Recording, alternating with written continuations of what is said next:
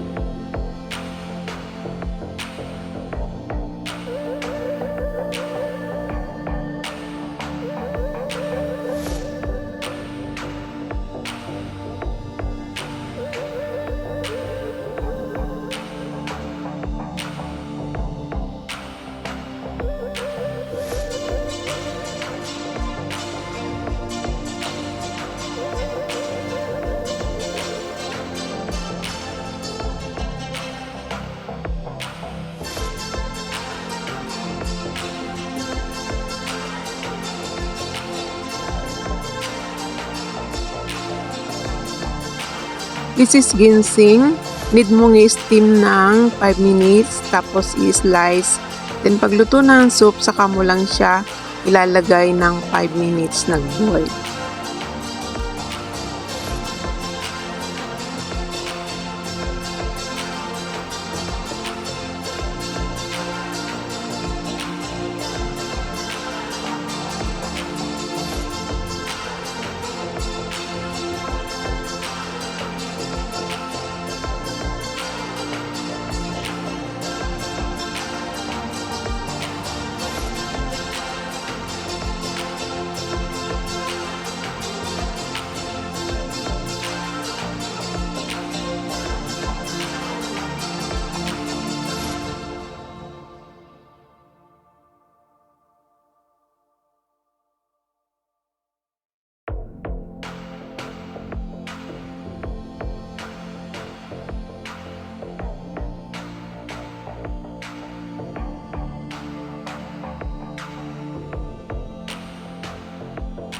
Yan guys, pag nagawa ka ng soup, laging check 45 minutes mong malakas ang apoy.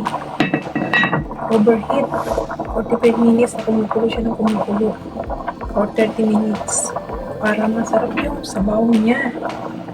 Ayan. Malakas ang apoy niya. Lakasan pa natin. Then, set natin ng 30. Nakakulo na siya ng 15 kanina. So, 30 na lang.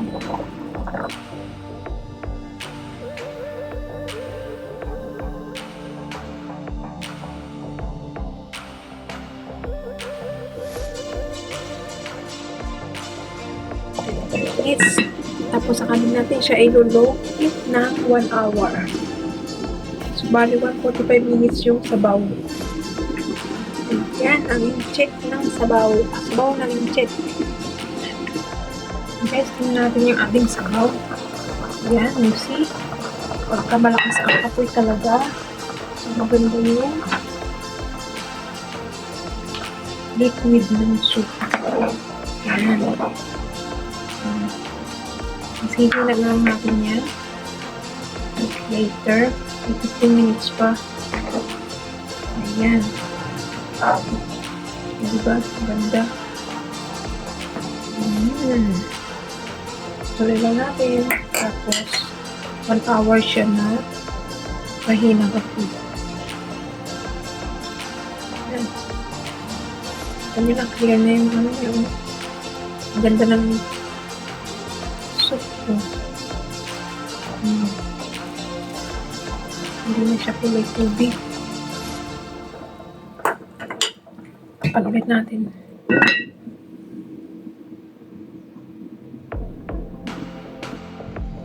Yes, in-steam natin ang ginseng para sa soup. Ayan, luto na siya. 5 minutes na steam. Dinislice natin. Slice natin. Tingnan natin.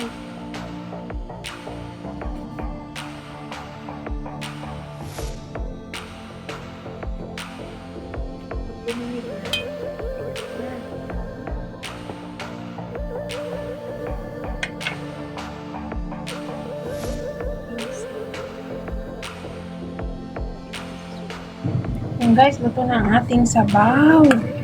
Ayan na yung bilog-bilog na mag-green kanina. Mahaba na siya. Yan. Ayan yung sabaw ng inchi.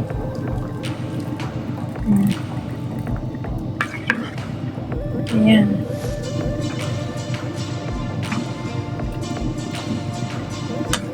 Sana yung nalibal. Ayun yun. Nalilipit. See? Ang sabaw ng inchi. Ayan, ang sabaw ng inchi.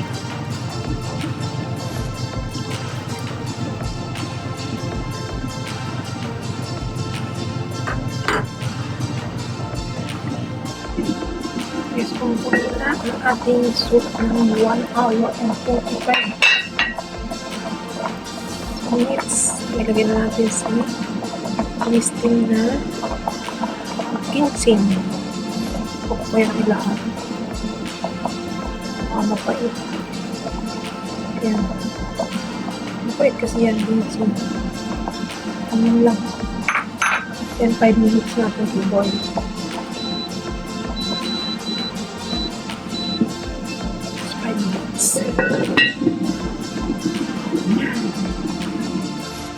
Yes, luto na ang soup ng inchi. Ayan. Yung ginseng talaga, last na ilalagay kasi may pait din yun. Thanks for watching guys. Bye-bye.